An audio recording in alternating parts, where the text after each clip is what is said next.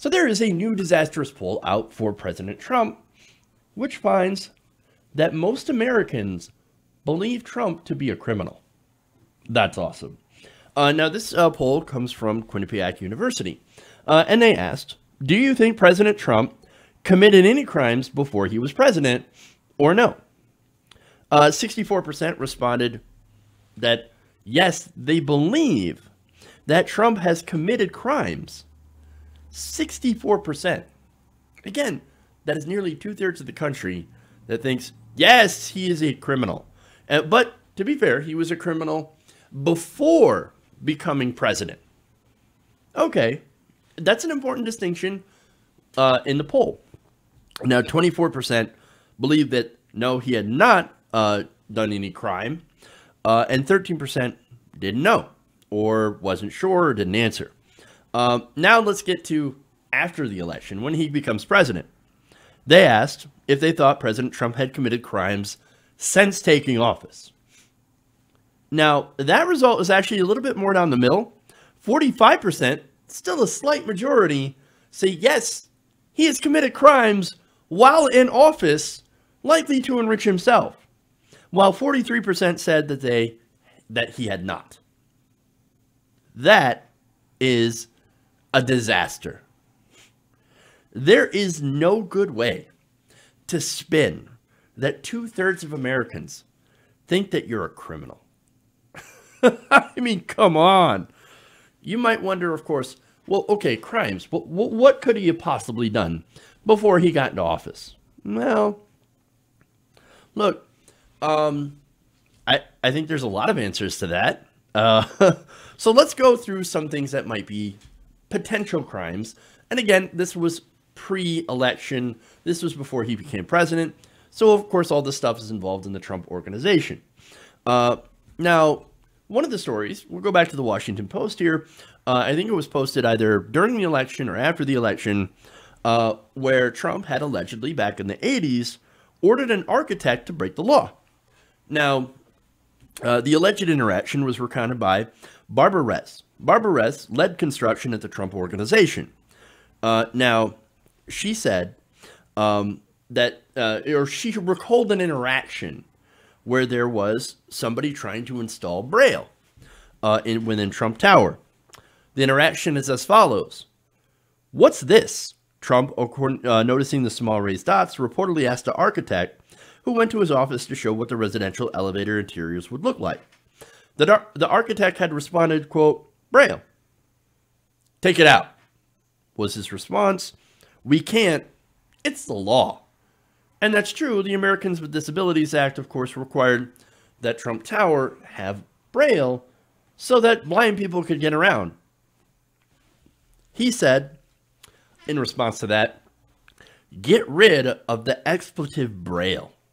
No blind people are going to live in Trump Tower. Just do it. Well, that's who Donald Trump is. That's who Donald Trump was.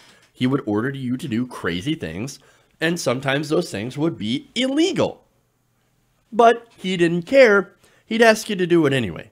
Not only that, but he'd hired, of course, undocumented immigrants to work at some of his resorts and buildings. Not to mention, there could be possible money laundering, which is what the House is looking into now. New reports on that, where they're really digging into Trump's finances to find evidence of money laundering.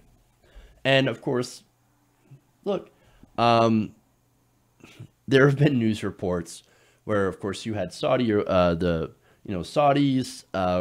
some of the rich Saudi princes, I should say, buying up tons of rooms or renting tons of rooms at a time in Trump Tower and leaving them empty. That's weird.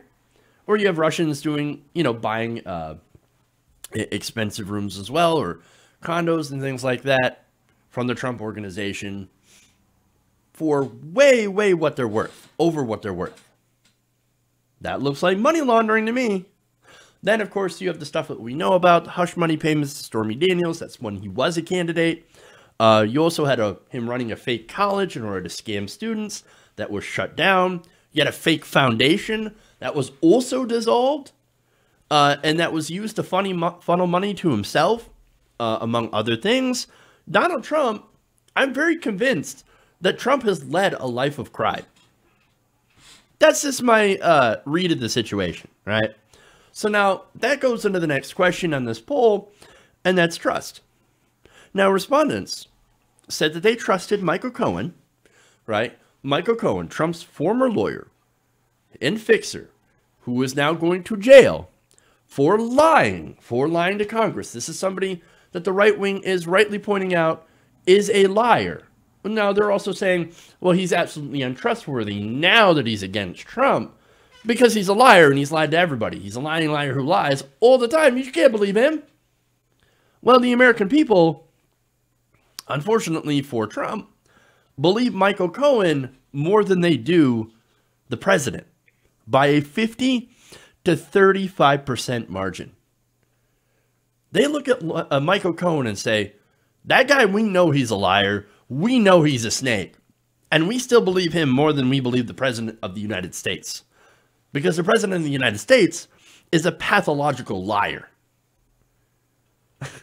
I mean, look, this guy, there have been reports who said that Trump has been documented lying at least 9,000 times since taking office. It's over 9,000. I mean, come on. He lies all the time. So, no.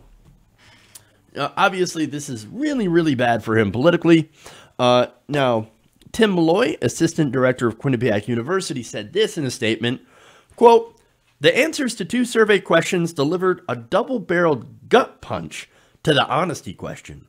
When 2/3 of voters think you have committed a crime in your past life, and almost half of voters say it's a toss-up whether you committed a crime in the Oval Office, confidence in your overall integrity is very shaky. I think that's the understatement of the century.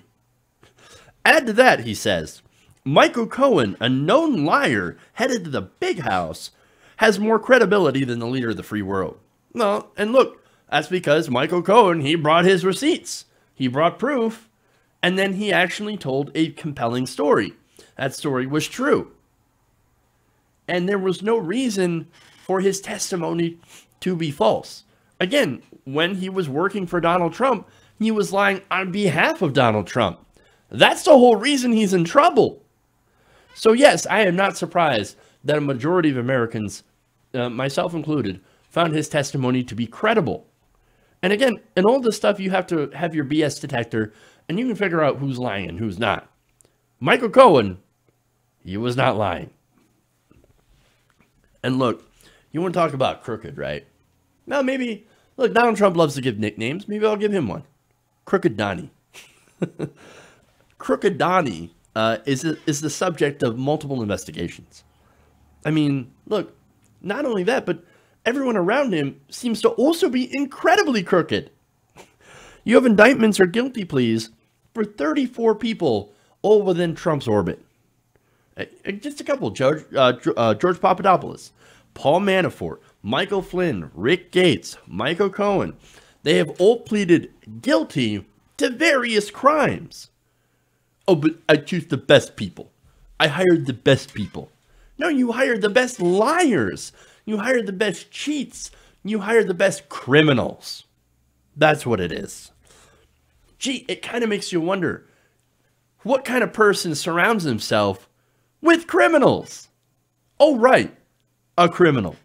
The only question here left is, will they be able to pin something on him? And that's the interesting question. I don't think he's smart enough or savvy enough to cover up for his crimes. He's not. He's not a smart person. This guy is just used to doing whatever he wants, breaking whatever law, and then getting away with it. So, I mean, we'll see what happens on this one. And we'll see if he gets any sort of punishment for crimes that he may have committed. Knowing our justice system, however, I mean, knowing how they treat the rich and powerful, I'm actually kind of worried a little bit. But then again, the biggest crime that Trump perpetrated is exposing how the system works. Exposing how the rich and powerful get away with everything. And exposing the deep corruption of our system because of his blatant involvement in it. So, I guess the biggest crime that you can commit is showing how all these people, wealthy billionaires, are ripping you off. And they don't like that. They don't like to be unmasked. So we'll see if he ends up getting charged with anything and if there are any consequences. Buckle up, people. It's going to be interesting. Hey guys, hopefully you enjoyed that free video. Now I'm going to have to ask you a favor. Between the demonetization and the YouTube algorithm messing around with view counts, etc., we're having a hard time adjusting to the new YouTube reality, which is where you guys come in. See, we have a Patreon, patreon.com/TYTNation, set up to help us rely on you guys, the viewers, instead of big corporate ads. Look, you know the show. You know how I'm not in favor of big corporations anyway.